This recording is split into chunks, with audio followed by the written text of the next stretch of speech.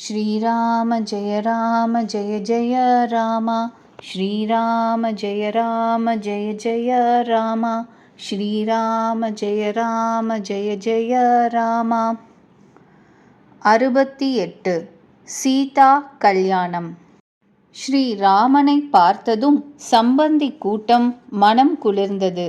பிரேமை பொங்கி ஓடியதை வர்ணிக்க முடியாது.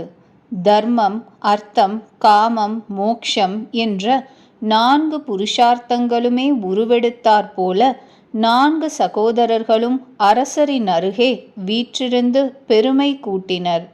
பிள்ளைகளுடன் கூடிவிட்ட தசரதரை பார்த்து நகர மக்கள், ஆண் பெண்கள் மிகவும் மனம் பூரித்தனர்.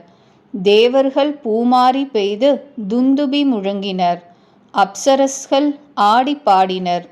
எதிர்கொண்டு அழைக்க வந்தவர்களான சதானந்தர், மற்ற அந்தணர்கள், மந்திரிகள், துதி பாடகர்கள், அறிஞர்கள், கட்டியம் கூறுபவர்கள் அனைவரும் சம்பந்தி குழுவினருடன் கூடியிருந்த தசரதருக்கு மரியாதை செய்தனர்.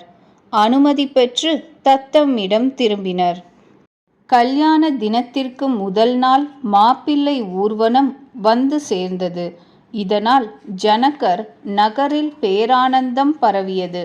மக்கள் அனைவரும் பிரம்மானந்தத்தில் திளைத்தனர். பகலும் இரவும் நீள வேண்டுமென பிரம்ம தேவனை வேண்டினர். ராமனும் சீதையும் அழகின் எல்லை நிலங்கள். அரசர் இருவரும் புண்ணியங்களின் எல்லை நிலங்கள். ஆங்காங்கே நகர மக்கள், ஆண் பெண்கள் கூடி இவ்வாறுதான் பேசிக்கொண்டிருந்தனர். ஜனகரின் புண்ணியங்கள் எல்லாம் சேர்ந்து சீதையாக உருவெடுத்து வந்திருக்கிறாள். தசரதருடைய புண்ணியங்கள் எல்லாம் சேர்ந்து உருவெடுத்து வந்திருப்பவரே ஸ்ரீராமன். அந்த இரு அரசர்கள் போல சிவபெருமானை பூஜித்தவர்களும் இல்லை, பலன் பெற்றோரும் இல்லை. இவர்களைப் போல் உலகில் யாரும் இருந்ததும் இல்லை, இருக்கவும் இல்லை, இருக்கப் போவதும் இல்லை. நாம் எல்லோருமே புண்ணியங்கள் அனைத்தும் செய்துதான் உலகில் ஜனகபுரியில் வாழும் பேறு பெற்றிருக்கிறோம். ஜானகியினுடையவும் ராமனுடையவும் பேரழகை பார்க்கிறோமே. நம்மை போல சிறந்த புண்ணிய ஆத்மாக்கள் யார் இருப்பார்கள்?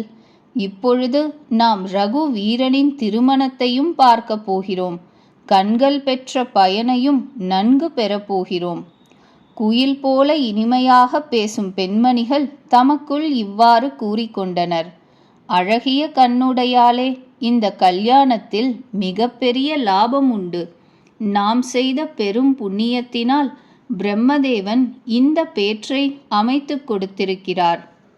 இந்த சகோதரர் இருவரையும் அடிக்கடி நம் கண்களுக்கு விருந்தாக அளிக்கப் போகிறார். ஜனகர் அன்பு மிகுதியினால் அடிக்கடி சீதையை மிதிலைக்கு அழைக்கப் போகிறார். கோடி மன்மதர்களுக்குச் சமானரான அழகிய சகோதரர் இருவரும் சீதையை அழைத்து போக வருவார்கள். அப்பொழுது அவர்களுக்கு பலவாறு வரவேற்புகள் நடக்கும். தோழி, இத்தகைய மாமனார் அகம் யாருக்குத்தான் பிடிக்காது? அப்போதெல்லாம் நாம் நகர மக்கள் அனைவரும் ராம லக்ஷ்மணர்களை கண்டு தரிசித்து மகிழ்வோம். தோழி, ராம லக்ஷ்மணர்கள் எப்படி ஜோடியாக இருக்கிறார்களோ அவர்கள் போலவே இன்னும் 2 குமாரர்கள் அரசருடன் கூட இருக்கிறார்கள். அவர்களும் ஒருவர் ஷியாமலர், மற்றவர் மஞ்சள் திருமேனி. அவர்கள் உடல் வனப்பும் மிக அழகு. அவர்களை பார்த்துவிட்டு வந்தவர்கள் இதையே பேசுகிறார்கள். ஒருத்தி கூறினாள், நான் இன்றுதான் அவர்களை பார்த்தேன். பிரம்மதேவன் அவர்கள் பேரில் தன் கைவரிசையை காட்டிவிட்டார் போலும். பரதன் ராமன் போலவே அச்சாக இருக்கிறார். ஆண் பெண்கள் யாவரும் எளிதில் யார் எவர் என்று கண்டுபிடிக்க முடியாது. லக்ஷ்மணனும் சத்ருக்னனும் உருவ அமைப்பில் ஒரே விதம். இருவருக்கும் கால் முதல் நகம் முதல் முடிவரை எல்லா அங்கங்களும் ஒப்புவமை அற்றவை. மனதில் அழகென்று தோன்றுவதை வாயால் சொல்ல முடியவில்லையே. அவர்களுக்கு உவமை சொல்லக்கூடிய பொருள் மூவுலகிலும் ஒன்றுமில்லை. இவ்வாறு தோழிகள் ஒருவருக்கொருவர் அங்கலாய்த்து கொண்டனர். துளசிதாசர் கூறுகிறார், மற்ற கவிஞர்களும் அறிஞர்களும் இவர்களுக்கு உவமை எங்கும் ஏதும் இல்லை என்று கூறுகிறார்கள். உடல் வலிமை, பணிவு, கல்வி, தன்மை, அழகு இவற்றின் கடல்களான இவர்களுக்கு ஈடு இவர்களேதாம். ஜனகபுரியின் பெண்மணிகள் அனைவரும் முந்தானை விரித்து பிரம்மதேவரிடம் வேண்டுகிறார்கள்.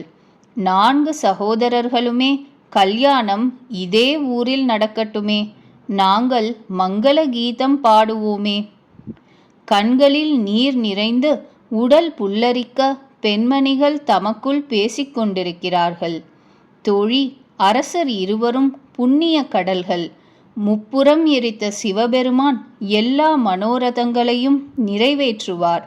இவ்விதம் எல்லோரும் மனக்கோட்டை கட்டுகிறார்கள். உள்ளங்களில் உற்சாகம் பொங்கி பொங்கி ஆனந்தம் நிறைகிறது. சீதையின் ஸ்வயம்வரத்திற்கு வந்த மன்னர்கள் எல்லோரும் 4 சகோதரர்களையும் பார்த்து மகிழ்ந்தனர். அப்பழுக்கற்ற விஸ்தாரமான ஸ்ரீராமனுடைய புகழை பாடிக்கொண்டே அரச மக்கள் தத்தம் வீடு சென்றனர். இவ்விதம் சில நாட்கள் கழிந்தன. மிதிலை மக்களும் சம்பந்திகள் அனைவரும் மகிழ்ச்சியில் திளைத்தனர்.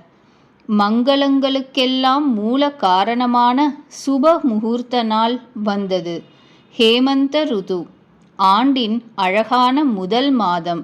கிரகங்கள், திதி, நட்சத்திரம், யோகம், வாரம் எல்லாமே சிறப்பாக அமைந்தன.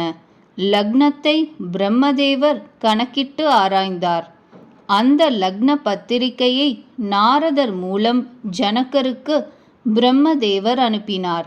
ஜனகருடைய ஜோதிடர்களும் கணக்கிட்டு அதே முடிவு செய்திருந்தனர். ஊர் மக்கள் அனைவரும் இந்த செய்தி கேட்டனர். இங்குள்ள ஜோதிடர்களும் பிரம்மதேவர்தாம் என்று கொண்டாடினர். குற்றங்களற்று நல்ல மங்களங்கள் அனைத்திற்கும் காரணமான கோதூனி வேலை, அதாவது பசுக்கள் மேய்ந்துவிட்டு வீடு திரும்பும் பொழுது தெருவில் புழுதி கிளம்புகிற நேரம் மிகவும் தூயது. அந்நேரம் வந்தது. அனுகூலமான சகுனங்கள் ஏற்பட்டன. இதை பார்த்து அந்தணர்கள் ஜனகரிடம் கூறினர். அரசர் புரோகிதர் சதானந்தரிடம் கூறினர். இனி ஏன் தாமதம்? அப்பொழுது சதானந்தர் மந்திரிகளை அழைத்தார். அவர்கள் மங்கள பொருள்களை தயாரித்து கொண்டு வந்தனர். சங்குகள், நகதாக்கள், கொம்புகள், இன்னும் மற்ற வாத்தியங்கள் முழங்கின. மங்கள குடங்கள், சுப சகுனங்களான தயிர், அருகம்புல் முதலியவை தயாராக இருந்தன. அழகான சுமங்கலிகள் மங்கள கீதம் பாடினர். அந்தணர்கள் வேத பாராயணம் செய்தனர். மக்கள் அனைவரும் இவ்விதம் ஆர்வத்துடன் சம்பந்தி வரவேற்பு ஊர்வலம் அழைத்து வர சம்பந்திகள் ஜாகைக்குச் சென்றனர். கோசலபதி தசரதரின் பரிவாரங்கள் இந்த வைபவத்தை பார்த்து தேவராஜன் இந்திரனை கூட மிகவும் லேசாக மதித்தார்கள். அழைக்க வந்தவர்கள் வேண்டுகிறார்கள், நேரம் வந்துவிட்டது, சீக்கிரம் கிளம்புங்கள். இந்த சொல் கேட்டதுமே நகதாக்கள் முழங்கின. குரு வசிஷ்டரிடம் கேட்டு குல வழக்கம் தெரிந்து கொண்டு அதே முறைகளை நல்லவிதம் நடத்தி தசரதர் முனிவர்களுடனும் சாதுக்களுடனும் கிளம்பினார். அயோத்தி மன்னரான தசரதரின் பாக்கியத்தையும் பெருமையையும் பார்த்து தமது பிறவி வீண் என பிரம்மா முதலான தேவர்கள் 1000 முகங்களால் அவரை கொண்டாடினார்கள். தேவர்களின் கூட்டம் மங்களம் நெருங்கிவிட்டது என்று அறிந்து நகதாக்கள் முழங்கினர். பூமாரி பெய்தனர். சிவபெருமான், பிரம்மதேவன் முதலான தேவர் திருக்கூட்டம் விமானங்களில் வந்து கூடிவிட்டனர். பிரேமையினால் உடல் புல்லரிக்க இதயத்தில் உற்சாகம் நிறைந்து ராமனுடைய திருமணம் காண விழைந்தனர். ஜனக நகரத்தை பார்த்து தேவர்கள் தமது உலகம் மிகவும் கீழ்த்தரமானது என்று நினைத்து அந்த நகரத்தில் மிகவும் ஈடுபாடு கொண்டனர். விசித்திரமான மண்டபத்தையும் அதில் பலவிதமான உலகியலுக்கு அப்பாற்பட்ட வேலைப்பாடுகளையும் ஆச்சரியமாக பார்த்து கொண்டிருந்தனர். நகரத்தின் ஆண் பெண் மக்களோ அழகு பெட்டகங்களாக, நல்ல குடித்தனக்காரர்களாக, சிறந்த தர்மாத்மாக்களாக, நல்ல அறிஞர்களாக விளங்கினர். சந்திரனின் நிலவினால் நட்சத்திரங்களின் ஒளி மங்குவது போல அவர்களை பார்த்ததும் தேவர்களும் தேவ மாதர்களும் களை இழந்தனர். பிரம்மாவிற்கு ஒரே ஆச்சரியம். இவர்கள் எல்லோரும் நம்முடைய படைப்புகள்தாமா? அல்ல போல தோன்றுகிறதே, இப்படி வேறெங்கும் காணோமே. அப்பொழுது சிவபெருமான் தேவர்கள் அனைவருக்கும் அறிவுறுத்தினார். நீங்கள் ஆச்சரியத்தில் ஒன்று மறக்காதீர்கள். உள்ளத்தில் ஆராய்ந்து மனதில் உறுதி பெறுங்கள். இது சீதா ராமர்களுடைய திருமணம். பகவானுடைய மகிமைகள் எல்லாம் வடிவுற்ற பராசக்தியான சீதைக்கும் அகில பிரம்மாண்டங்களுக்கு நாதனான சாக்ஷாத் பகவான் ஸ்ரீ ராமனுக்கும் திருமணம். எவருடைய பெயரைச் சொன்னாலே உலகில் தர்மம், அர்த்தம், காமம், மோக்ஷம் என்ற 4 புருஷார்த்தங்களும் கைமுட்டியில் அடங்குமோ அந்த உலக மாதா பிதாக்களே இந்த சீதாராமர்கள் என்று மன்மதனை வெற்றி கொண்ட சிவபெருமான் அறிவுறுத்தினார்.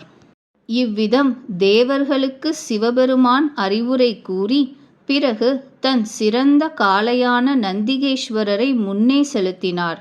தசரதர் மனத்தில் உவகையுடன் மேனி சிலிர்த்து கொண்டும் செல்கிறார் என்பதை தேவர்கள் பார்த்தனர்.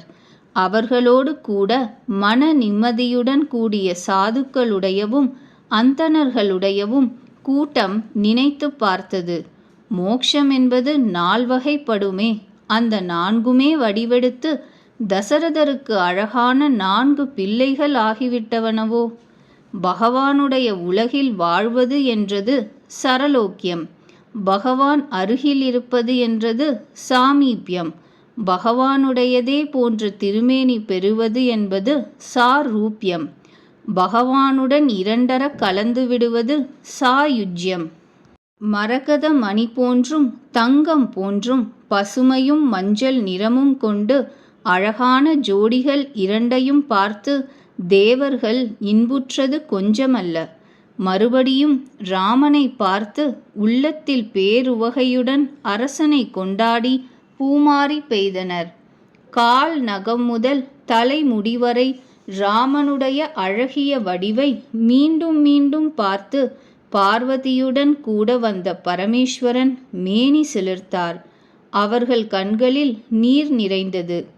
ராமனுக்கோ மயிலின் கழுத்து போல் ஒளி வீசுகின்ற ஷியாமல மேனி, மின்னலை துச்சமாக ஒதுக்கி ஒளி வீசுகின்ற அழகான பீதாம்பரம், எல்லாமே மங்களங்களான பலவிதமான திருமணத்திற்குரிய ஆபரணங்கள் திருமேனியில் விளங்குகின்றன. ஸ்ரீராமருடைய அழகிய முகம் சரத்காலத்து அப்பழுக்கற்ற முழு நிலவு. கண்கள் புதிதாக மலர்ந்த தாமரைகளை வெட்கமுறச் செய்தன. அழகு முழுவதும் உலகியலுக்கு அப்பாற்பட்டது. மாயையினால் செய்யப்பட்டனவே அல்லவே, சச்சித் ஆனந்தமயமானது அல்லவா? ஆகவே இதை சொல்லி வர்ணிக்க இயலாது, மனதால் ரசிக்கக்கூடியது. 4 சகோதரர்களும் சேர்ந்தே அழகாகச் செல்கிறார்கள். அவர்கள் மிடுக்கான குதிரைகளை நாட்டியமாடும் வகையில் செலுத்துகிறார்கள்.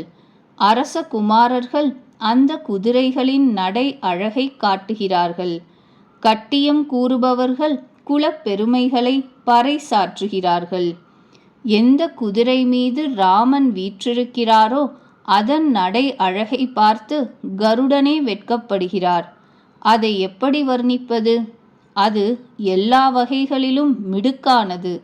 மன்மதனே குதிரை வடிவெடுத்து வந்துவிட்டானோ என்று தோன்றியது. ராமனுக்காகவே மன்மதன் குதிரையின் வடிவெடுத்து பொலிவுடன் நிற்கிறான் போலும். அந்த குதிரையின் வயது, வலிமை, அழகு, தன்மை, நடை எல்லாமே தனித்திருந்தது. அதை கண்டு உலகம் அனைத்துமே சொக்கி நின்றது. அழகான முத்துக்களும் இரத்தினங்களும் மாணிக்கங்களும் பதித்த ஜேனம் கடிவாளம் பலபலவென மின்னிற்று. சதங்கைகள் கோர்த்த அந்த அழகான லகானை பார்த்து தேவர்கள், மனிதர்கள், முனிவர்கள் மயங்கினர். பிரபுவின் விருப்பத்துடன் தன் மனதை ஈடுபடுத்தி நடக்கின்ற அந்த குதிரை மிக பொலிவு பெற்றது. நட்சத்திரங்களாலும் மின்னலினாலும் அலங்கரிக்கப்பட்ட மேகம் அழகான மயிலை நடனமாடச் செய்தது போல இருந்தது. எந்த சிறந்த குதிரை மீது ராமன் பவனி வந்தாரோ அதை வர்ணிக்க சரஸ்வதியும் திறன் பெறவில்லை. சங்கரர் ராமனது வடிவழகில் தமது 15 கண்களையும் ஒருங்கே செலுத்தினார் போல ராம வடிவத்தில் ஈடுபட்டிருந்தார். விஷ்ணு பகவான் பேரன்புடன் எப்பொழுது ராமனை பார்த்தாரோ அப்பொழுது லக்ஷ்மிபதியான அவரே லக்ஷ்மியுடன் கூட சொக்கிப் போனார். ராமன் பொலிவைக் கண்டு பிரம்மதேவன் மிகவும் மகிழ்ந்தார். தனக்கு 8 கண்கள் தானே என்று வருந்தினார். சத்யோஜாதம் தத்புருஷம் வாமதேவம் அகோரம் ஈசானம் என்று 5 முகங்கள் பரமசிவனுக்கு, அவற்றில் 3 கண்கள் என்று மரபு. அப்பொழுது தேவர்கள் படைத்தலைவரை கார்த்திகேயன் முருகன் மிகவும் உற்சாகம் அடைந்தான். பிரம்மாவை காட்டிலும் தனக்கு 1.5 பங்கு கண்கள் உண்டே, அந்த 12 கண்களாலும் ராமரை தரிசித்து பயன் பெற்றான். அறிஞரான தேவேந்திரன் தன் 1000 கண்களாலும் ராமனை தரிசித்தான். கௌதமரின் சாபம், கௌதமர் இந்திரனுக்கு உடல் முழுவதும் 1000 புண்கள் ஆகட்டும் என சபித்து பிறகு அவை 1000 கண்களாகட்டும் என்று அருள்பாலித்தார். தனக்கு மிகவும் ஹிதமே செய்கின்றது அந்த சாபம் என்று தேவேந்திரன் நினைத்தார். தேவர்கள் அனைவரும் இந்திரனை பார்த்து பொறாமைப்பட்டனர். இன்று இந்திரனுக்கு ஈடானவர் எவருமே இல்லை. ராமனை பார்த்து தேவர்கள் கூட்டம் மனமகிழ்ந்தது. அரசர்கள் இருவர்களுடைய பரிவாரங்களிலும் மகிழ்ச்சி பெருகியது. அரசர் பரிவாரம் இருபக்கமும் மிகவும் மகிழ்ச்சி பெருக்கில் இருந்தது. மிகவும் பலமாக துந்துபி முழங்கினர். தேவர்கள் மகிழ்ந்து ரகுகுல ரத்தினம் ராமனுக்கு வந்தனம், ராமனுக்கு வந்தனம், ராமனுக்கு வந்தனம் என்று கோஷமிட்டு பூமாரி பெய்தனர். இவ்விதம் வர ஊர்வலம் வருவதைக் கண்டு மேலும் வாத்தியங்கள் முழங்கின. ராணி சுமங்கலிகளை அழைத்து திட்டிக் கழிப்பதற்காக மங்கள திரவியங்களை ஏற்பாடு செய்தாள். பலவிதமான ஆரத்திகள் தயாரிக்கப்பட்டன. மங்கள திரவியங்கள் அனைத்தும் தக்கபடி அலங்கரிக்கப்பட்டன. பருத்த உடல் உடையவர்கள் ஆதலால் யானை போல் நடை நடந்த பெண்மணிகள் ஆனந்தமாக திருஷ்டி கழிப்பதற்காக சென்றார்கள். பெண்கள் அனைவரும் மான்களுடையது போல கண்களுடையவர்கள். அனைவரும் தமது மேனியின் வனப்பினால் ரதியின் கர்வத்தை போக்குபவர்கள். வண்ணம் வண்ணமாக சேலைகளை உடுத்தியிருந்தனர். உடலில் அனைத்து ஆபரணங்கள் பூண்டவர்கள். உடலின் அங்கங்கள் எல்லாவற்றிலும் மங்கள அணிகள் பூண்டு குயிலை பழிக்கும் குரலில் பாடுகிறார்கள். கைகளில் வளையல்கள், இடுப்பில் ஒட்டியானங்கள், கால்களில் நூபுரங்கள் ஒலிக்கின்றன. அவர்களின் நடை அழகைக் கண்டு மன்மதனின் யானைகளும் வெட்கப்படுகின்றன. பலவிதமான வாத்தியங்கள் முழங்குகின்றன. ஆகாயத்திலும் நகரத்திலும் மங்கள ஒலியே கேட்டுக்கொண்டிருந்தது.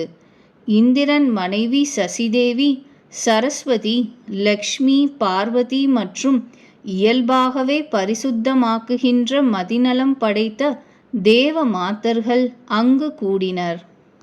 அவர்கள் தம்மை வெளிக்காட்டிக் கொள்ளாமல் சாதாரண மனித பெண்கள் போல உருவெடுத்து கொண்டு மாதர் கூட்டத்தில் கலந்துவிட்டனர். மனங்கவர் குரலில் மங்கள இசை பாடுகிறார்கள்.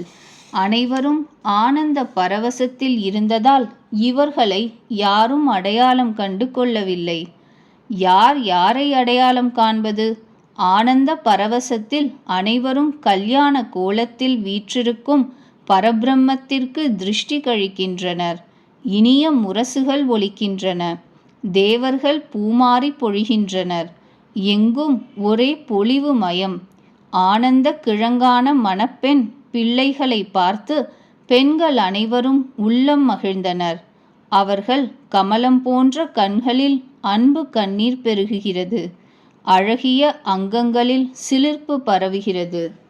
ராமனுடைய திருமண கோலம் கண்டு சீதையின் தாயார் சுனயனா தேவி மனதில் பெற்ற ஆனந்தத்தை ஆயிரக்கணக்கான சரஸ்வதிகளும் ஆதிசேஷர்களும் பல கற்ப காலம் போனாலும் சொல்லி மாளாது. மங்கள நேரமாயிற்றே என்று கண்களில் நீர் பெருகுவதை துடைத்துவிட்டு ராணிகள் மலர்ந்த மனதுடன் திருஷ்டி கழிக்கிறார்கள். வேதங்களில் கூறியபடியும் குல வழக்கப்படியும் எல்லா சம்பிரதாய காரியங்களையும் நல்ல முறையில் நடத்தினர். தந்தி வாத்தியம், வெங்கல ஜால்ரா, மிருதங்கம் முதலிய தாள வாத்தியம், நகதா முதலிய முரசு வாத்தியம், குழல் போன்ற ஊது வாத்தியம் என்ற 5 வகை வாத்திய ஒலிகள், வேத முழக்கம், கட்டியம் கூறுதல், ஜெய கோஷம், சங்கு ஒலி, சந்தோஷ ஒலி என்று 5 ஒலிகளும் கேட்கின்றன. பலவிதமான நடை பாவாடைகள் விரிக்கப்படுகின்றன. பெண்கள் ஆரத்தி எடுத்து மணமகன் கையில் அக்ஷதை, மலர், சந்தன நறுமணமுள்ள நீர் வார்க்கின்றனர். பிறகு ராமன் மண்டபத்தில் பிரவேசித்தார். தசரதர் தமது பரிவாரத்துடன் வந்து அமர்கிறார். அந்த விமரிசையை கண்டு இந்திரன் முதலான லோக பாலர்கள் வெட்கித் தலை குனிந்தனர். அவ்வப்போது தேவர்கள் பூமாரி பெய்கின்றனர். அந்தணர்கள் அந்தந்த காரியங்களுக்குரிய சாந்தி வேத மந்திரங்களை ஓதுகின்றனர். ஆகாயத்திலும் நகரத்திலும் ஒரே கோலாகலம். தான் பேசுவதோ பிறர் பேசுவதோ ஒருவருக்கும் காதில் விழவில்லை. இவ்விதம் ராமன் மண்டபத்தில் வந்து சேர்ந்தார். அர்க்யம், அதாவது அக்ஷதை, பால், நறுமண நீர் கைகளில் வார்த்து கொடுத்து ஆசனத்தில் அமர வைத்தார்கள். ஆசனத்தில் அமர வைத்து ஆரத்தி எடுத்து மணமகனை பார்த்து பார்த்து பெண்மணிகள் மகிழ்கின்றனர். தாம்பாலம் தாம்பாலமாக இரத்தினங்கள் வஸ்திரங்கள் வைத்து சுமங்கலிகளுக்கு அளித்து கொண்டே பாடுகின்றனர். பிரம்மா முதலிய தேவர்கள் அந்தணர் வேஷம் பூண்டு அமர்ந்து நிகழ்ச்சிகளை பார்க்கின்றனர். ரகுகுலம் என்ற தாமரையை மலரச் செய்கின்ற சூரியனான ராமனுடைய பொலிவை பார்த்து பார்த்து தமது வாழ்வு நிறை பெற்றதாக கருதினர். நாவிதர்கள், தொன்னை செய்பவர்கள், துதி பாடகர்கள், நாட்டியமாடுபவர்கள் ராமனிடம் வெகுமதி பெற்றனர். தலைவணங்கி ஆசி அளித்தனர். அவர்கள் மகிழ்ச்சி உள்ளம் கொள்ளவில்லை. வேத முறை உலகியல் சம்பிரதாயத்தை ஒட்டி ஜனகரும் தசரதரும் சந்தித்தனர். இரு மகாராஜர்களும் சந்தித்த அழகை ஒப்பிட்டு கூறுவதற்கு கவிகள் உவமைகளை தேடி தேடி வெட்கினர். எங்கும் உவமை கிடைக்கவில்லை என மனதில் தோல்வியை ஒப்புக்கொண்டபோது அவர்களுக்கு ஒரு உவமை கிடைத்தது. அவர்களுக்கு ஈடு அவர்கள்தான் என்று சம்பந்திகள் கூடினதை பார்த்து தேவர்கள் பேரன்பு கொண்டு பூமாரி பெய்து அவர்களுடைய புகழை பாடினர். அவர்கள் கூறினர், பிரம்மா எப்பொழுது உலகை படைக்க ஆரம்பித்தாரோ அன்று முதல் நாங்கள் பல திருமணங்கள் பார்த்துவிட்டோம், கேள்விப்பட்டிருக்கிறோம். ஆனால் எவ்விதத்திலும் மிக பொருத்தமான சமமான அந்தஸ்து உடைய சம்பந்திகளை இன்றுதான் பார்த்தோம். தேவர்களின் இனிய உண்மையான உரை கேட்டு இருபுறமும் உலகியலுக்கு அப்பாற்பட்ட பேரன்பு நிலவியது. அழகிய நடை பாவாடை விரித்து அழைத்து அர்க்யம் கொடுத்து தசரதரை பேரார்வத்துடன் மண்டபத்திற்கு அழைத்து வந்தார். மண்டபம் அதன் விசித்திர அமைப்பு அழகுகளைக் கண்டு முனிவர்கள் உள்ளங்களும் மயங்கின. ஞானி ஜனகர் தானே கைப்பிடித்து அழைத்து வந்து அனைவரையும் சிங்காதனத்தில் அமர்த்தினார். அவர் வசிஷ்டரை தனது குல தேவதையைப் போலவே பூஜித்து வணங்கி ஆசி பெற்றார். விஸ்வாமித்திரரையும் பூஜித்தார். அவ்வமயம் கூடி வந்த அன்பின் பெருக்கத்தை சொல்லி மாளாது. வாமதேவர் முதலிய மகரிஷிகளையும் நிறைந்த மனதோடு ஜனக மகாராஜா பூஜித்தார். எல்லோருக்கும் மதிப்பிற்குரிய ஆசனங்கள் அளித்து எல்லோரிடமும் ஆசி பெற்றார். பிறகு அவர் கோசலபதி தசரத ராஜனை பரமேஸ்வரனாகவே பாவித்து வேறு விதமாக நினையாமல் பூஜித்தார். பிறகு அவருடைய சம்பந்தத்தினால் தனக்கு அமைந்த பாக்கியத்தையும் பெருமையையும் விஸ்தாரமாக எடுத்து கூறி கைகூப்பி விண்ணப்பித்து பெருமைப்படுத்தினார். ஜனக ராஜன் சம்பந்தியின் மற்ற பரிவாரங்களையும் முக்கிய சம்பந்தியே போல எல்லா விதங்களிலும் ஆர்வத்துடன் வரவேற்று பூஜித்தார். எல்லோருக்கும் தக்கபடி ஆசனம் அளித்தார். நான் என் ஒரு வாயினால் அந்த உற்சாகத்தை எப்படி வர்ணிப்பேன்? ஜனகராஜன் தானம், பெருமை, வெகுபதி, பணிவு, பாராட்டுகள் இவற்றினால் சம்பந்தி பரிவாரம் முழுவதையும் பெருமைப்படுத்தினார். பிரம்மா, விஷ்ணு, சிவபெருமான், திசை பாலகர், சூரியன் முதலிய தேவர்கள் ராமனின் பிரபாவம் அறிவார்கள். இவர்கள் தம் உண்மை ஸ்வரூபத்தை மறைத்து கொண்டு மாயமாக அந்தணர் வடிவத்தில் வந்து உபச்சாரங்கள் பெற்று எல்லா லீலைகளையும் பார்த்து களித்து கொண்டிருந்தனர். அவர்கள் அடையாளம் தெரியாமலே ஜனகர் அவர்களை தேவர்களாக பாவித்து பூஜித்து உயர்ந்த ஆசனம் அளித்திருந்தார். யார் யாரை அடையாளம் கண்டனர்? அனைவரும் தம் நிலை மறந்திருந்தனர். ஆனந்த கிழங்கான மாப்பிள்ளையை பார்த்து இருபுறமும் ஆனந்தமயமாகிவிட்டனர். ஞானியான ஸ்ரீராமன் தேவர்களை அடையாளம் கண்டு கொண்டு விட்டார். அவர்களுக்கு மனதாலேயே பூஜை செய்து மனதிலே ஆசனம் அளித்தார். பிரபுவின் பெரும் தன்மையை பார்த்து தேவர் கூட்டம் மனதில் அதிக மகிழ்ச்சி அடைந்தது. ஸ்ரீ ராமச்சந்திரனின் முகம் என்ற சந்திரனுடைய நிலவை அனைவருடையவும் கண்களாகிய சகோர பறவைகள் ஆவலுடன் பருகுகின்றன. பிரேமைக்கும் ஆனந்தத்திற்கும் குறைவில்லை. தருணம் பார்த்து வசிஷ்டர் சதானந்தரை அழைத்தார். அவர் அழைப்பை கேட்டதும் ஆதரவுடன் வந்தார். வசிஷ்டர் கூறினார், இனி சென்று ராஜகுமாரியை விரைவாக அழைத்து வாருங்கள். முனிவரின் ஆணை பெற்றவுடன் அவர் மனமகிழ்ந்து சென்றார். மதிநலம் படைத்த ராணி புரோகிதரின் சொற்கேட்டு தோழிகளுடன் கூட மிகவும் மகிழ்ச்சி அடைந்தாள். அந்தண பெண்மணிகளையும் குலத்தில் மூத்தோரான சுமங்கலி கிழவிகளையும் அழைத்தாள். அவர்கள் குல முறைப்படி அழகான மங்கள சோபனம் பாடினர். மதிநலம் படைத்த ராணி புரோகிதரின் சொற்கேட்டு தோழிகளுடன் கூட மிகவும் மகிழ்ச்சி அடைந்தாள். அந்தண பெண்மணிகளையும் குலத்தில் மூத்தோரான சுமங்கலி கிழவிகளையும் அழைத்தாள். அவர்கள் குல முறைப்படி அழகான மங்கள சோபனம் பாடினர். சாதாரண பெண்களாக அங்கு கூடியிருந்த சரஸ்வதி முதலிய தேவிகள் இயல்பாகவே அழகானவர்கள், இளம் வயதினர். அவர்களிடையே ஒருத்தி சற்று ஷியாமள மேனியாள், அதாவது பார்வதி. அவளை பார்த்து எல்லா பெண்மணிகளும் உளம் மகிழ்ந்தனர். அவள் யாரென்று தெரியாமலே அவளிடம் உயிரினும் இனிய வகை பிரேமை கொண்டனர். அவளை ஒருவத்தி பார்வதி என்றாள், மற்றொருத்தி லக்ஷ்மி என்றாள், மற்றொருத்தி சரஸ்வதியே என்றாள். ராணி மீண்டும் மீண்டும் அவளுக்கு மரியாதை செலுத்தினாள். சீதையை சிங்காரித்து கூட்டமாக அவளை வளைத்து கொண்டு அந்த ஷியாமள திருமேனியாலை முன்னிட்டு கொண்டு மண்டபத்திற்கு அழைத்துச் சென்றனர். அழகான மங்களமான அலங்காரம் செய்து பெண்மணிகள் தோழிகள் ஆர்வத்துடன் சீதையை அழைத்து வந்தனர். 16 வகை அலங்காரம் பூண்ட அந்த பெண்மணிகள் மதம் கொண்ட யானைகள் போல் நடை நடந்து வந்தனர். அவர்களுடைய மனம் கவர் கானம் கேட்டு முனிவர் தியானம் கலைந்தது. மன்மதனுடைய கையில் விளங்கும் குயில் கூட வெட்கப்பட்டது. கால் சதங்கை நூபுரங்கள் அழகான கை வளையல்கள் ஒற்றுமையாக தாள கதியில் ஜல் ஜல் என்று ஓசையிட்டன. பொலிவே வடிவெடுத்து இயல்பாகவே அழகான பெண்மணிகளிடையே மிகவும் மனம் கவர்கின்ற ஒளியே வடிவெடுத்தாற்போல் சீதாதேவி விளங்கினாள். சீதையின் அழகை வர்ணித்து மாளாது. ஏனெனில் புத்தி சிறிது, அவள் அழகு மிக உயர்ந்தது.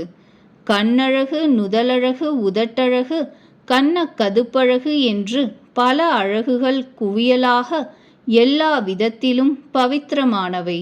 சீதாதேவி வருவதை மாப்பிள்ளை பரிவாரங்கள் பார்த்தனர். அவளை எல்லோரும் மனதார வணங்கினர், வாழ்த்தினர். அவளுடன் சேர்த்து ராமனையும் பார்த்தனர். எல்லோரும் வாழ்வின் நிறைவு பெற்றனர். தசரதர் புத்திரர்களுடன் கூட மகிழ்ச்சி அடைந்தார். அவர்களின் ஆனந்த பெருமிதத்தை சொல்லி மாளாது. தேவர்கள் வணங்கி பூமாரி பொழிகிறார்கள். மங்களங்களுக்கு கருவூலமான முனிவர்களின் ஆசிர்வாத முழக்கம் நடைபெறுகிறது. பாட்டும் நகதா முழக்கமும் ஒரே கூச்சலாகிவிட்டது. ஆண் பெண் அனைவரும் பிரேமையிலும் ஆனந்தத்திலும் மூழ்கிவிட்டனர். இவ்விதம் சீதாதேவி மண்டபம் வந்து சேர்ந்தாள். முனிவர்கள் மிகவும் மகிழ்ச்சியுடன் சாந்தி சாந்தி என்று வேதம் ஓதுகிறார்கள். அந்த சந்தர்ப்பத்திற்கு ஏற்ற எல்லாவிதமான முறைகளையும் குல வழக்கங்களையும் சடங்குகளையும் அந்தந்த குருமார்கள் இரு கோஷ்டியினரும் செய்து வைத்தார்கள். குல வழக்கம் என்று குருமார்கள் கணபதி, கௌரி, அந்தணர்களுக்கு பூஜை செய்து வைத்தனர். வசிஷ்ட குருவுக்கு சகல தேவர்களும் அந்தணர் வடிவத்தில் வந்து அமர்ந்திருப்பது தெரியும். ஆகவே முதலில் விக்னேஸ்வர பூஜை செய்ய ஆரம்பித்த பொழுது அந்தணர்களிடையே அமர்ந்திருந்த ஒரு பருத்த அந்தணரை அவர்தான் கணபதி என்று அழைத்து அவருக்கு முறைப்படி பூஜை செய்வித்தார். அவ்விதமே கௌரி பூஜை செய்ய ஆரம்பித்த பொழுது பெண்மணிகளிடையே சாதாரண பெண்ணாக அமர்ந்திருந்த சாக்ஷாத் கௌரி தேவியை அழைத்து ஆசனத்தில் அமர்த்தி சுமங்கலி பூஜை செய்வித்தார். இவ்விதம் இந்திரன் முதலான தேவர்களுக்கும் அவ்வப்பொழுது முறை வந்த பொழுது பூஜை நடந்தது. தேவர்கள் வெளிப்பட்டு மிகவும் மகிழ்ச்சி அடைகின்றனர். மது பர்க்கம், அதாவது தேன் கலந்த பழம், பொறி முதலியவைகள் போன்ற எந்த எந்த மங்கள பொருள்களை முனிவர்கள் எந்த எந்த காலங்களில் கேட்பார்களோ என்று பணியாட்கள் அந்த காலத்தில் தங்க வட்டில்களிலும் கலசங்களிலும் அந்த பொருள்களை நிரப்பி தயாராக வைத்து விடுகிறார்கள். சூரியன் தானே வந்து பேருவகையுடன் தன்னுடைய குல வழக்கங்களை எடுத்து கூறுகிறார். அவைகள் அனைத்தையும் தவறாமல் ஆர்வத்துடன் செய்து வைக்கிறார்கள். இவ்விதம் தேவர்களுக்கு பூஜை முடித்து முனிவர்கள் சீதா தேவிக்கு அழகான சிம்ஹாசனம் அளித்தார்கள். சீதா தேவியும் ராமனும் தமக்குள் ஒருவருக்கொருவர் பார்த்து கொள்வதோ பிரேமையை உணர்த்துவதோ வேறு யாருக்கும் தெரியாது. எந்த சிறந்த விஷயம் மனது புத்தி சொற்களுக்கு எட்டாததோ அதை கவி எப்படி வெளிப்படுத்திவிட முடியும்?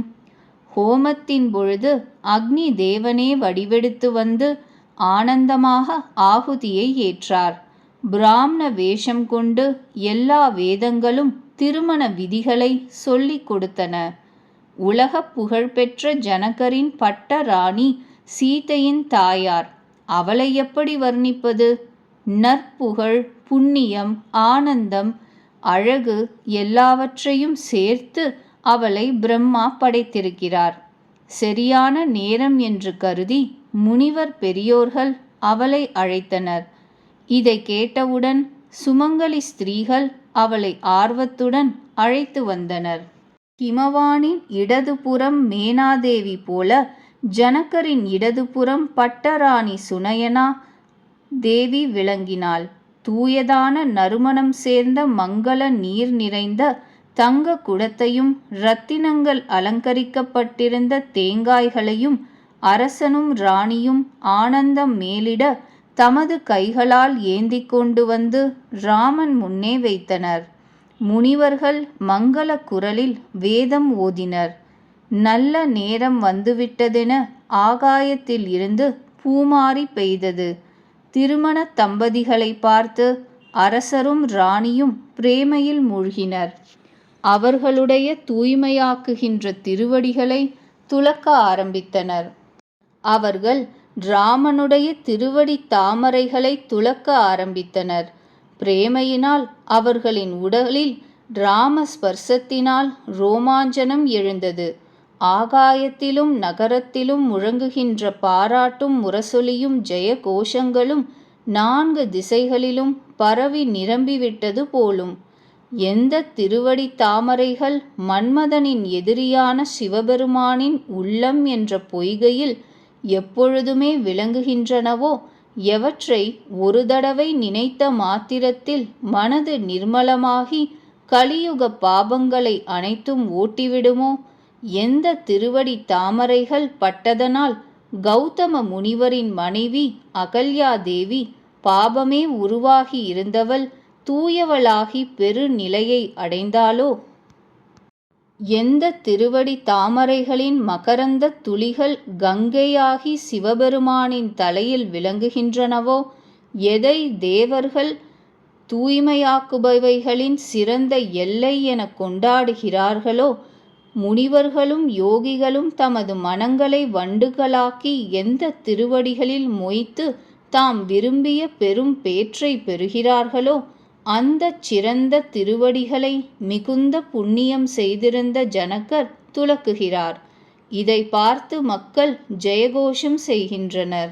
2 குலங்களுக்கும் குருநாதர்களான வசிஷ்டரும் சதானந்தரும் வரனுடைய கைகளையும் கன்னியின் கைகளையும் சேர்த்து வைத்து வேத மந்திரம் ஓதினர். பாணி கிரகணம் என்ற மங்களம் நடந்தேறியது. இதை பார்த்து கொண்டிருந்த பிரம்மா முதலான தேவர்கள், மாதர்கள், முனிவர்கள் ஆனந்தம் எய்தினர்.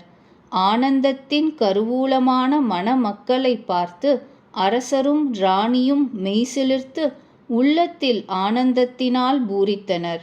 அரசர்களுக்கே அணியாக விளங்கிய ஜனக மகாராஜர் உலக வழக்கப்படியும் வேத முறைப்படியும் கன்யாதானம் செய்தார்.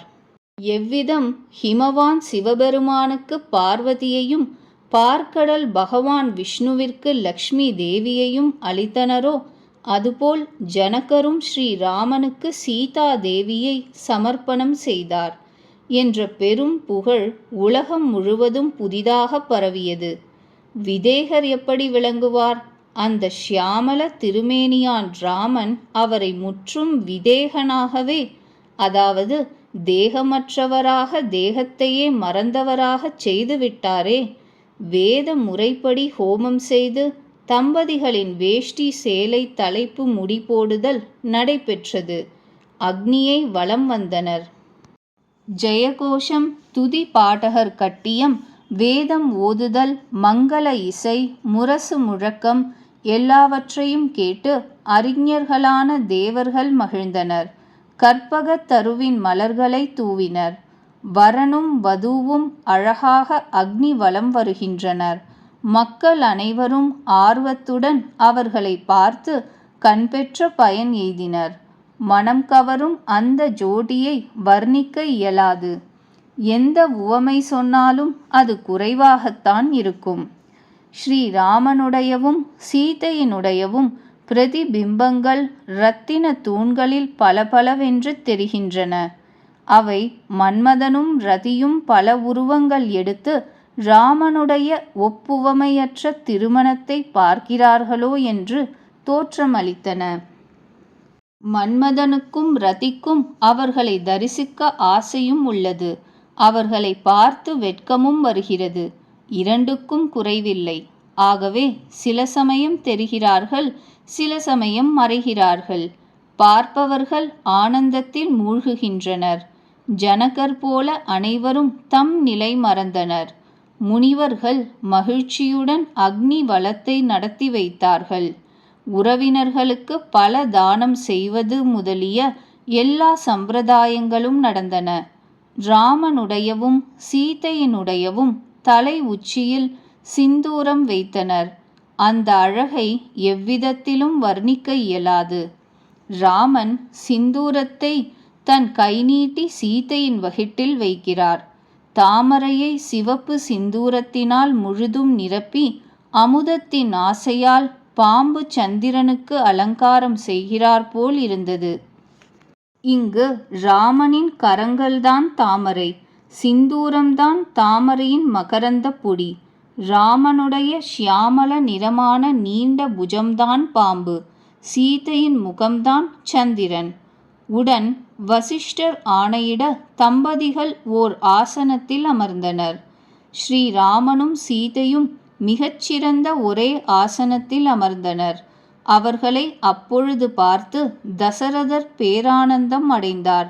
தன்னுடைய புண்ணியம் என்ற கற்பகத் தருவில் புதிய பழங்கள் பழுத்திருப்பது பார்த்து மீண்டும் மீண்டும் மெய் சிலிர்த்தார். 14 உலகங்களிலும் உற்சாகம் கரை புரண்டது. ஸ்ரீராமன் விவாகம் நடந்தேறியது என்று அனைவரும் மகிழ்ந்து கூறினர். நாக்கு ஒன்றுதானே, இந்த மங்களம் எவ்வளவு சிறப்பானது! பின் எப்படித்தான் இதை வர்ணித்து முடிப்பது? பிறகு வசிஷ்டரின் அனுமதி பெற்று ஜனகர் திருமணத்திற்கு வேண்டிய மங்கள திரவியங்களை சேர்த்து வைத்துக்கொண்டு மாண்டவி, ஸ்ருதகீர்த்தி, ஊர்மிளா என்ற 3 ராஜகுமாரிகளை அழைத்தார். குச்சத்வஜரின், ஜனகருக்கு இளையவரின் மூத்த மகள் மாண்டவி. குணம், தன்மை, இன்பம், அழகு இவைகளே உருவெடுத்தவள். அவளை ஜனகராஜன் பரம பிரேமையோடு எல்லா சடங்குகளையும் செய்து பரதனுக்கு திருமணம் செய்வித்தார். ஜானகியின் இளைய சகோதரி ஊர்மிளை எல்லா அழகிகளிலும் தலை சிறந்தவள் என்று அறிந்து அவளை லக்ஷ்மண சுவாமிக்கு எல்லா உபச்சாரங்களும் செய்து திருமணம் செய்வித்தார். கண்ணழகி, முக அழகி, நற்குண பெட்டகம் ஸ்ருத கீர்த்தியை உருவத்திலும் தன்மையிலும் நிகரற்று விளங்கிய சத்ருக்னனுக்கு மணம் முடித்தார். பெண் மாப்பிள்ளைகள் ஒருவருக்கொருவர் பொருத்தமான ஜோடி தமக்கு அமைந்துவிட்டதைக் கண்டு கூச்சத்துடன் மனதிற்குள் மகிழ்ந்தனர். மக்கள் பெருமகிழ்ச்சி அடைந்து அவர்களின் அழகை புகழ்ந்தனர். தேவர் கூட்டம் மலர்களை தூவியது. அழகான மணமகள்கள் ஒரு ஜீவனுடைய உள்ளத்தில் விழிப்பு, கனவு, நல்ல தூக்கம், 4வது நிலை என்ற 4 நிலைகளும் தம் தம் உரிமையாளர்களுடன் விஸ்வன், தைஜசன், பிராக்ஞன், பிரம்மம் சேர்ந்து விளங்குவது போல் இருந்தது. ஆத்மாவின் 4 நிலைகள்: 1. விஸ்வன் என்ற சாதாரண உலகியல் நிலையில் உள்ள ஆத்மா உலகியல் விழிப்பில் திளைக்கிறான். 2. கனவில் தைஜசன் என்ற நிலையில் புலன்கள் இயங்காது போது கூட இயங்குவது போல் உணர்கிறான். 3. நல்ல தூக்கத்தில் புலன்கள், மனது, புத்தி எல்லாம் ஒடுங்கின நிலையில் தான் இருக்கிறோம் என்ற நினைவு கூட இல்லாமல் ஆனால் இருக்கிறான். 4. பிரம்ம நிலையில் ஒன்றிவிட்ட ஆத்மா 4வதாக இரண்டற்று பிரம்மமாகவே ஆகிவிடுகிறான். புத்திரர்கள் 4வரும் மனைவியருடன் கூடி இருப்பதை பார்த்து அயோத்தி அரசர் தசரதர் 4 செயல்களும் 4 பயன்களுடன் கூடிவிட்டது போல் மகிழ்ந்தார். யாகம், மற்ற நற்கர்மங்கள், யோகம், ஞானம் இவை 4ம் தர்ம செயல்கள். செல்வம், தர்மம், விருப்பம், மோட்சம் என்று முறையே அவற்றின் பயன்கள். ராமனுடைய திருமணத்திற்கு என்னென்ன முறை நடந்தனவோ அதே முறைகள் குறையற்று மற்ற அரச குமாரர்களுக்கும் நடந்தன. மாப்பிள்ளைகளுக்கு வெகுமதிகள் ஏராளம், சொல்லி மாளாது. மண்டபம் முழுவதும் தங்கம், இரத்தினங்களால் நிரம்பி வழிந்தது. சால்வைகள், வஸ்திரங்கள், பலவித பட்ட ஆடைகள் எல்லாமே விலை மதிப்பு மிக்கவை. யானைகள், குதிரைகள், பணியாட்கள், பணிப்பெண்கள், எல்லா அலங்காரங்களும் செய்யப்பட்ட காமதேனுக்கள் போன்ற பசுக்கள் முதலிய பல பொருட்கள் எண்ணி மாளாதவை. அவைகளை வர்ணிக்கவும் முடியாது.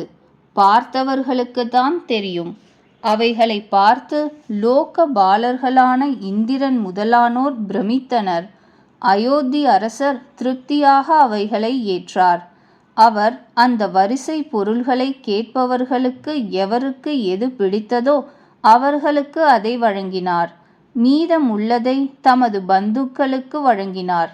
பிறகு ஜனகர் கைகூப்பி சம்மந்தி பரிவாரம் அனைவருக்கும் உபச்சாரம் கூறும் வகையில் இனிய மொழி பேசினார்.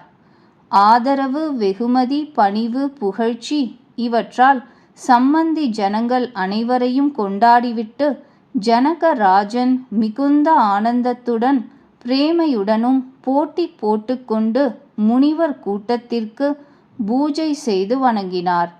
தலைவணங்கி தேவர்களை தியானித்து அரசர் கைகூப்பி அனைவரிடமும் கூறினார். தேவர்களும் சாதுக்களும் மனப்பாங்கை நல்லதாக இருப்பதைத்தான் விரும்புகிறார்கள். அவர்கள் பிரேமையினால் திருப்தி அடைகிறார்கள். அவர்கள் பூர்ண காமர்கள்.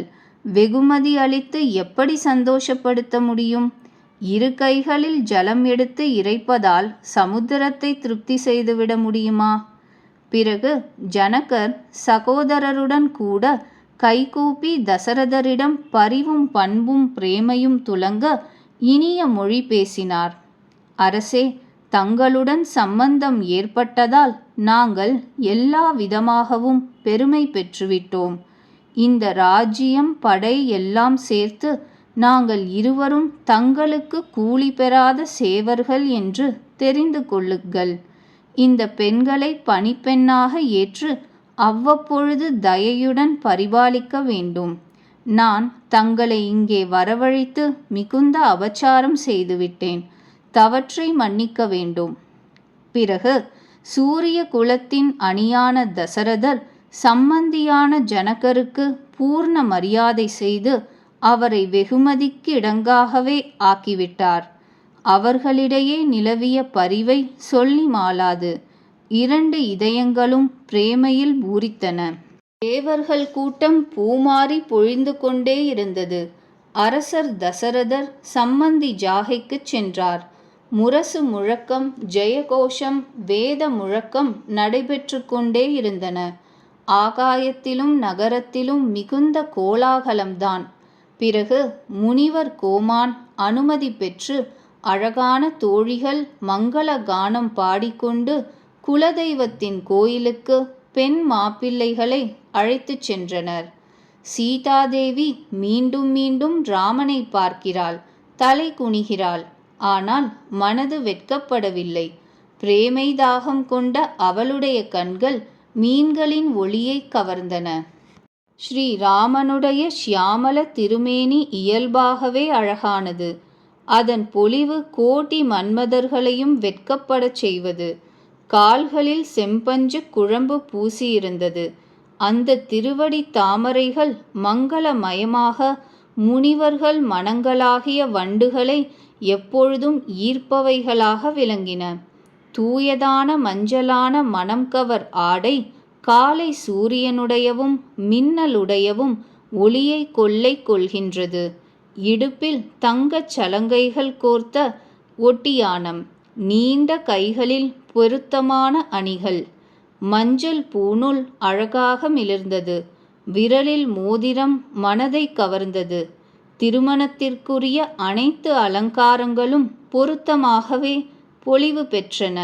விசாலமான மார்பில் அணிந்திருந்த அணிகளும் பளீரென்று விளங்கின.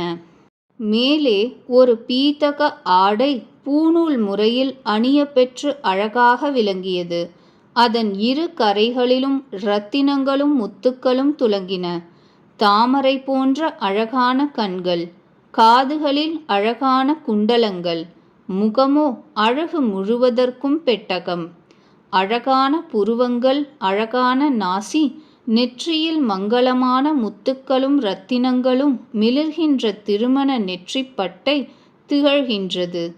அதன் மத்தியில் திலகம், அதில் இயல்பாகவே சூடியிருந்தது. அழகான விலை மதிப்பற்ற இரத்தினங்கள் பதிக்கப்பட்ட நெற்றிப்பட்டை. இப்படி எல்லா அவயவங்களும் மனதை கொள்ளை கொள்கின்றன. நகரத்து பெண்மணிகளும் தேவ மாதர்களும் அழகான மாப்பிள்ளையை பார்த்து புல்லை கிள்ளுகிறார்கள். தமது கண்களே பட்டுவிடக்கூடாதே. இரத்தினங்களையும் வஸ்திரங்களையும் அணிகளையும் வழங்கி ஆரத்தி எடுத்து மங்கள இசை பாடுகின்றனர். தேவர்கள் மீண்டும் மீண்டும் பூமாரி பொழிகின்றனர். சூதமாகத பந்திகள் புகழ் பாடுகின்றனர். சுமங்கலி பெண்கள் மகிழ்ந்து மாப்பிள்ளை பெண்களை குல தேவதை கோயிலுக்கு இட்டுச் சென்று மிகுந்த பிரேமையுடன் மங்கள கீதம் பாடி உலகியல் சம்பிரதாயத்தை நிறைவேற்றினர். பார்வதி தேவி ராமனுக்கு லஹகௌர், அதாவது மணமகனும் மணமகளும் ஒருவருக்கொருவர் இனிப்பு கொடுத்து கொள்வது என்பதை கற்றுக் கொடுத்தாள். சீதாதேவிக்கு சரஸ்வதி தேவியே இதை கற்றுக் கொடுத்தாள். கூடியிருந்த ராணிகள் பரிகசித்து சிரித்து மகிழ்ந்தனர். அனைவரும் பிறவி பயன் எய்தினர். தன்னுடைய கைவளை இரத்தினங்கள் ஒரு வாகுப்படி இருந்தபொழுது அவற்றில் அழகின் குவியல் ராமனுடைய பிரதிபிம்பம் காணப்பட்டது. இதை பார்த்து ஜானகி பார்வை விட்டு போய்விடுமோ என்ற பயத்தினால் கையாகிற கொடியையும் கண்களையும் அப்புறம் இப்புறம் நகர்த்தவே இல்லை. அப்பொழுது நடந்த சிரிப்பு வேடிக்கைகள், வினோத ஆனந்தங்கள், பிரேமை இவைகளை சொல்லி மாளாது. அவற்றை அந்த தோழிகளே அறிவர். பிறகு மாப்பிள்ளை மணப்பெண்களை தோழிகள் மாப்பிள்ளை ஜாகைக்கு அழைத்துச் சென்றனர்.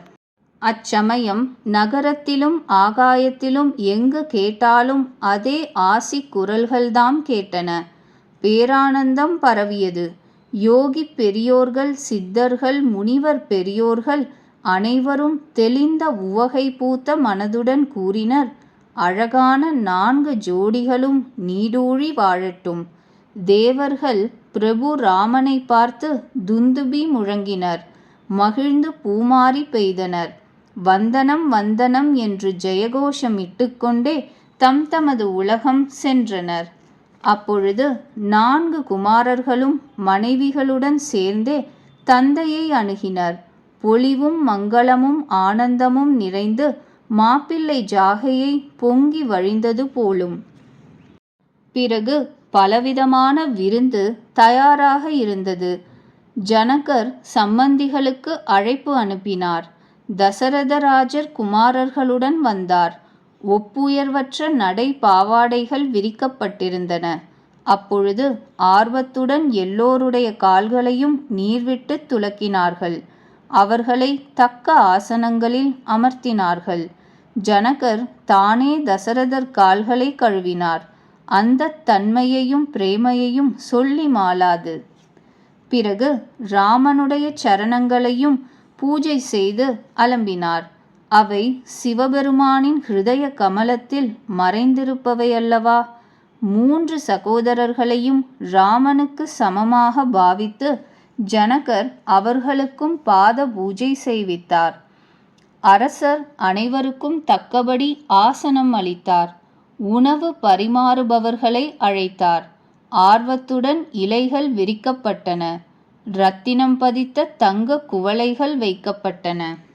திறமைசாலிகளான பணிவுள்ள பரிசாரகர்கள் கண்களுக்கு இனிய, நாவுக்கும் இனிய தூய பருப்பு பொங்கல், பசுவின் நெய் வளர்த்து மணக்கின்றதை எல்லோருக்கும் பரிமாறினர். அனைவரும் முதலில் 5 அன்னத்துளிகள் மந்திரத்துடன் உட்கொண்டு பிறகு உணவருந்த துவங்கினர். சம்மந்தி ஏச்சுகள், பாட்டுகள் கேட்டுக்கொண்டே மகிழ்ச்சியில் மூழ்கினர். பலவிதமான அமுதத்திற்கு நிகரான இனிய அன்ன வகைகள் பரிமாறப்பட்டன. அவைகளை வர்ணித்து மாளாது. திறமையுள்ள பரிசாரகர்கள் பலவிதம் வெஞ்சனங்களை பரிமாறினர். அவற்றின் பெயர்கள் யாருக்குத்தான் தெரியும்? மென்று சாப்பிடுவது, உறிஞ்சி சாப்பிடுவது, தொட்டு சாப்பிடுவது, குடிப்பது, பருகுவது என்று 4 வகையான உணவுகள். அவற்றில் பலவிதமாக, ஒவ்வொரு வகையிலும் எத்தனையோ பொருட்கள். அவைகளை வர்ணித்து மாளாது. அறுசுவை கொண்ட பலவித அழகிய ஊறுகாய்கள். ஒவ்வொரு சுவையிலும் எண்ணற்ற வகையான பொருட்கள். சாப்பிடும் பொழுது ஆண்களும் பெண்களும் பெயர் கூறி இனிய குரலில் ஏசி பாடினார்கள். அந்த சமயத்திற்கு பொருத்தமான ரசமான ஏச்சுகள். அவற்றை கேட்டு அரசர் தன் பரிவாரங்களுடன் கேட்டுச் சிரித்தார். இந்த முறையில் அனைவரும் விருந்து மகிழ்ச்சியாக உண்டனர். பிறகு அனைவருக்கும் மரியாதையாக கையில் நீர்த்துளிகள் வார்க்கப்பட்டன. பிறகு அனைவருக்கும் தாம்பூலம் வழங்கி ஜனக மகாராஜா தசரதரை பரிவாரத்துடன் மரியாதை செய்தார். சகல மன்னர்களின் தலைவரான சக்கரவர்த்தி தசரதர் மனம் மகிழ்ந்து சம்மந்தி ஜாகை திரும்பினார்.